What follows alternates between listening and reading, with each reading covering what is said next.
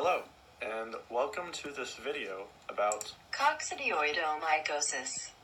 Coccidiodomycosis, also known as valley fever, is the infection of the lungs by the coccidioidomycosis fungus. By that. Coccidioidomycosis fungi are born and live in dust and soil in some areas of the southwestern United States, Mexico, and South America.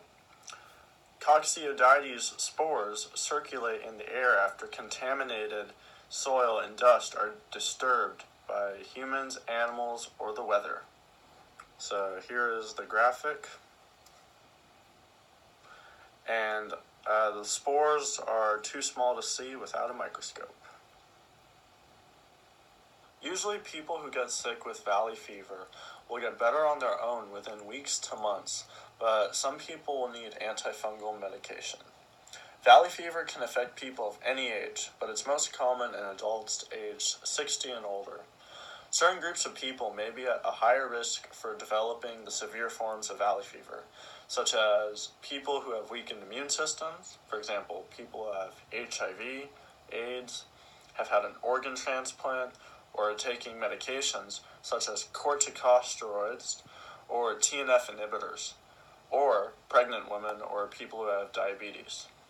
Anyone who lives or travels in the southwestern United States, in states like Arizona, California, Nevada, New Mexico, Texas, or Utah, or parts of Mexico and Central or South America may also get valley fever. Valley fever sees fewer than 200,000 U.S. cases per year.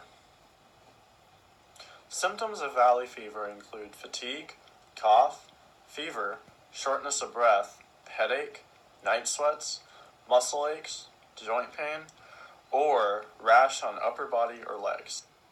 Cells in the lungs are targeted and attacked by the airborne fungus. Inhaling spores of the fungus is the primary cause of contraction in the lungs. The only way it spreads from one person to another is if you receive an organ transplant from someone who has had it, so it is a non-communicable disease, for the most part, unless you get an organ transplant from someone who has it, which is pretty unlikely. Healthcare providers may do imaging tests, such as chest x-rays or CT scans of your lungs, to look for valley fever and pneumonia. The most common form of diagnosis is by sending in blood tests. Valley fever is very similar to the regular cold and goes away after a few weeks. If not, the patient is given antifungal medication, such as fluconazole, and treatment can last between 3 to 6 months.